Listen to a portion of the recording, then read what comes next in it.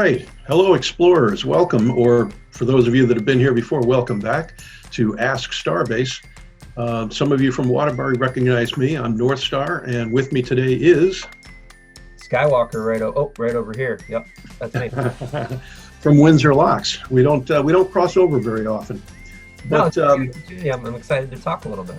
No, this has been a lot of fun. We are continuing to collect some questions that we get from our Starbase explorers in both locations. And I think we do have some interesting ones for this segment. Yeah, for sure.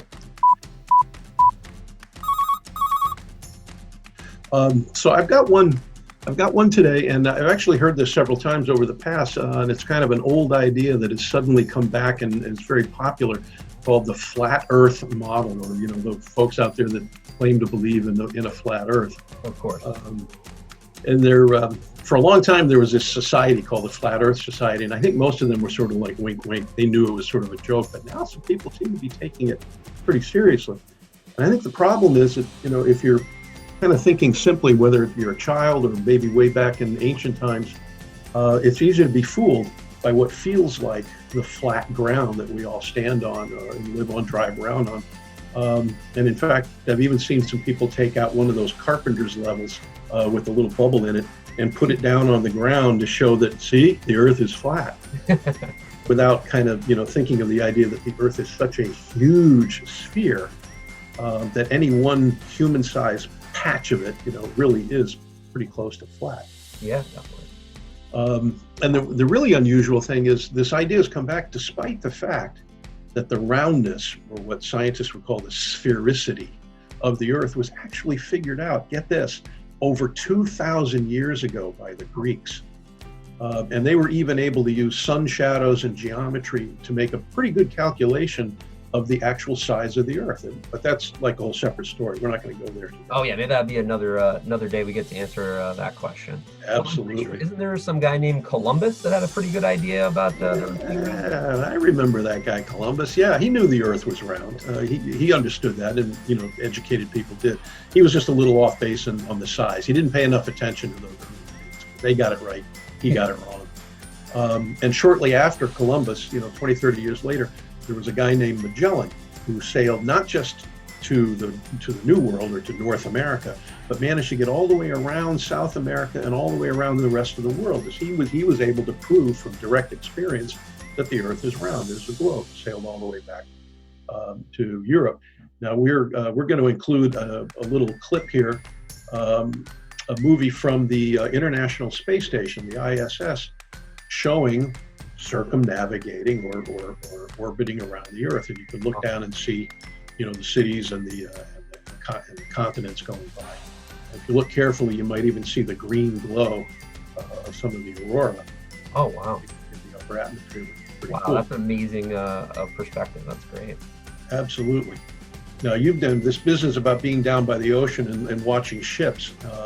You've been down, right? You've done that. No, before. I know what you're talking about. Yeah, in general, that's just like a general observation. If you're at a seaport or near the coast, right, that departing ships will disappear from the bottom up as they pass over the horizon, and then the returning ships, kind of in the reverse, you would see, their masts and things coming toward you from the top down as they slowly start to approach the shore. Right? Exactly, and I think for somebody who's basically standing on the shore, you can see out to the horizon maybe about 3 miles, 5 kilometers. Oh wow! For somebody standing up, and we're going to post up a picture right now, kind of similar to this, of a bunch of swimmers. So this is like from the swimmer's point of view, looking out over a bay near Valencia, Spain, and to the tall buildings on the shoreline way off in the distance.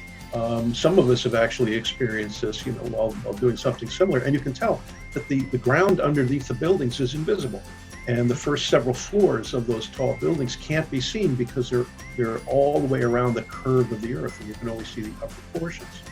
Oh, that's great. And as a matter of fact, if you were to actually go higher up and get off the surface of the ground and go up on a hill or a mountain or in a tall building, like behind you there, right? What's going on? Well, as a matter of fact, that's right. And my background picture here is taken from, I believe, the top of the Empire State Building and the observation platform. So now you're getting up about 1,000 feet. Well, yeah, I think about 1,000 feet, 1,200 feet up. to the top of the Empire State Building. And now, instead of seeing only 5 miles out, or 3 miles or 5 miles, now you're looking and you're seeing about 15 to 20 miles out, right? Just by going up.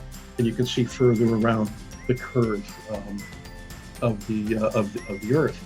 Just by increasing your elevation, right? Absolutely. Yeah. There was another, we get back to these ancient Greek guys, they figured out a lot of stuff back then. So it doesn't always take a lot of high technology. Yeah. But a fellow named Aristotle watched and thought very carefully and said that the images that you see of a lunar eclipse are part of the evidence we have that the Earth itself is curved, because the lunar eclipse is caused by the shadow of the Earth slowly covering up the moon out in space. And because the shadow has a curved edge, some people think it looks like taking a bite out of the moon, that actually demonstrates the shape of the Earth itself. Okay. Which leads me to my favorite picture of the day, which is a joke picture that was posted up by one of our very own scholars named Neil deGrasse Tyson, that shows what a lunar eclipse might look like if the Earth were flat. All of you should be able to see that crazy flat shadow on the picture of the Earth there, or against the moon. Yeah. Very lunar too. But in general, we have a lot of instruments on Earth, right, that we could use, telescopes and things like that. Absolutely. To observe other planets and to see their spherical nature in space too, right? Yeah, every single one of them. You can even, over a period of time, you can even watch the big Jupiter going round and round. And we know, some people know about the red spot. So you got to ask yourself, why would all of the other 7 or 8 planets be one way, but the Earth is special and is flat? It just really doesn't make much sense. So North Star, one of the things I've seen a lot of talk about online amongst students and everybody is how technology, specifically robotics, has been helping out during this pandemic. Oh, good idea. Yeah, good question. It's something that we have a lot of this technology, and now might be a time for that to shine. Because it puts, like anything else, it puts human beings at a distance from what might be dangerous or threatening or difficult. Yeah. Exactly. Yeah, there's a few examples of that. One that I saw, which was really interesting trial they did in Singapore, was with Boston Dynamics. They have a new robotic dog that's one of their first commercially available robots. And it's pretty cool in itself, but they were able to let it loose into some public parks to help to remind people about social distancing. Yep. And you can even see from the perspective of the operator of the robot, it shows the distance between people, which would help it to understand maybe people that were gathering too close and things like that. And then it has a pre-recorded message just reminding them to make sure to keep their distance. And, it's pretty respectful. Hey, you're too close. Yeah. And if I have it, I'll actually play it for you. It's a very soothing voice. Let's keep Singapore healthy. For your own safety and for those around you, please stand at least 1 meter apart. Thank you. And then another one that's actually happening in the United States is in the Washington, D.C. area. They've been piloting different types of robotic delivery systems for a while. This is a small robot that actually runs from a local market and would be able to deliver a small load of groceries to you directly to your home. Yeah, like a little neighborhood bodega kind of idea where you sort of know everybody. Yeah. Yeah, it has a pretty limited range now, but so far it's been great to prevent people from really gathering intensely at the grocery store, trying to break up those crowds and things to make sure we all are able to stay safe. Yeah, I like that. And we've also seen in some hospitals some robots taking over some basic jobs because, our frontline nurses and doctors they're really stressed out and they're very overextended. So these robots are able to deliver basic medications to different patients. They're able to perform disinfecting routines so that humans don't have to be exposed to some. You know what? And that's another category of hospital workers, not just the doctors and the nurses and the orderlies, but the custodial environmental safety people that have to come in and clean up afterwards. So exactly. So this can really save some human labor and also time that could be valuable to helping other patients that are in danger. Yeah. And one of the kind of controversial ones is actually here in Connecticut. There's some state police down in some of the state parks in the southern part of the state that were experimenting with using drones to monitor, the congestion in the parks, that social distancing thing, and also, but these drones have the ability to monitor heart rate, check respiratory health, check your temperature at over 50 feet away.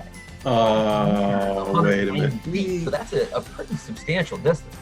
Yeah, you know, you start mixing in things like, I'll bet some of our explorers are familiar with facial recognition. You know, sometimes the online services will organize your pictures because they recognize who's in there. That would scare me a little bit. I like the idea of being able to see groups. Definitely, yeah. People. That's kind of cool. And that's something that, you know, you could use as a reminder, but again, very controversial because it also gets into privacy issues. So that's something that there are trade-offs with technology, and that's something that we have to consider anytime that we're trying to use some of this technology in a new way. True. All right, good stuff to think about. Absolutely. Definitely.